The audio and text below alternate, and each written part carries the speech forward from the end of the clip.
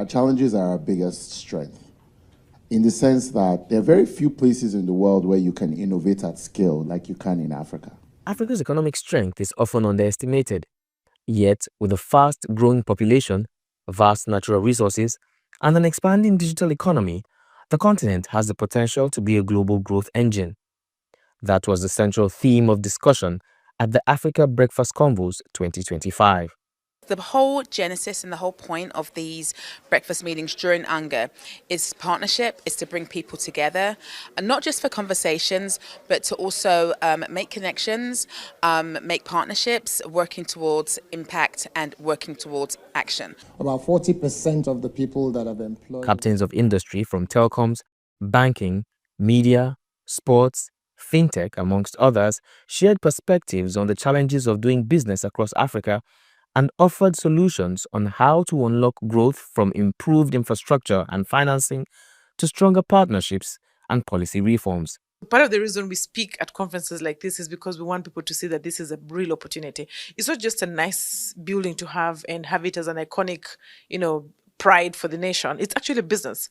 And so we want companies, we want countries, we want heads of state, we want ministers to think about building arenas, not just as a nice to have public good, not at all, but as a business that can actually drive money and drive job creation. There are many other types of financial institutions aside from banks. The consensus was clear. Africa's economic power cannot be ignored.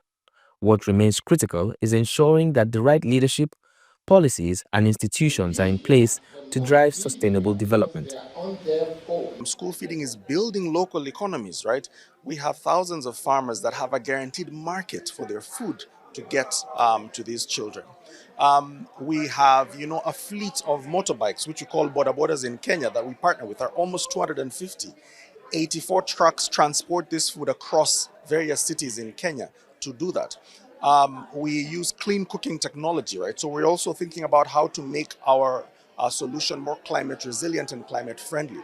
And when you frame all that, we have to think about school feeding as an investment. Every year we've held this event, this is the third year, I see before my eyes just people connecting with each other, people exchanging information, and not only just connecting, but that move into action. We're at a very critical stage and a very critical point. We don't have the luxury of continuing to talk. We have to take action. From New York, the message is that Africa has the tools, talent, and potential to lead on the global stage. What's needed now is action to turn that promise into reality. From New York for News Central, Bernard Akede.